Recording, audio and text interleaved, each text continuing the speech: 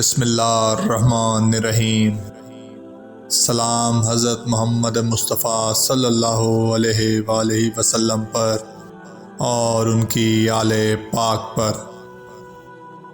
کیا آپ جانتے ہیں ہم جو فجر کی نماز ادا کرتے ہیں اس میں 2 رکعتیں کیوں ہیں؟ فجر کی نماز میں 2 رکعت پڑھنے میں کیا حکمت ہے؟ تو آئیے آپ کو نماز فجر کے متعلق بتاتے ہیں کہ یہ کب فرض ہوئی اور یہ کس نبی کی سنت ہے اور 2 رکعت کی کیا حکمت ہے۔ فجر کی نماز سب سے پہلے حضرت آدم علیہ السلام نے ادا فرمائی۔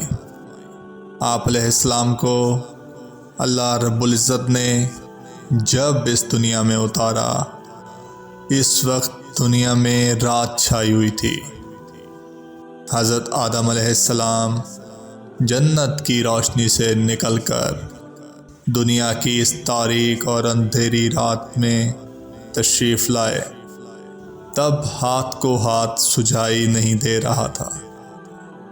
حضرت آدم علیہ السلام کو اس بات پر بڑی تشویش اور پریشانی لاحق ہوئی کہ اگر یہ دنیا اتنی ہی تاریک ہے تو یہاں زندگی کیسے گزرے گی؟ یہاں پر تو ایک ایک لمحہ گزارنا مشکل ہوگا، نہ کوئی چیز نظر آتی ہے، نہ جگہ سمجھ میں آتی ہے، ہر طرف اندھیرا ہی اندھیرا ہے۔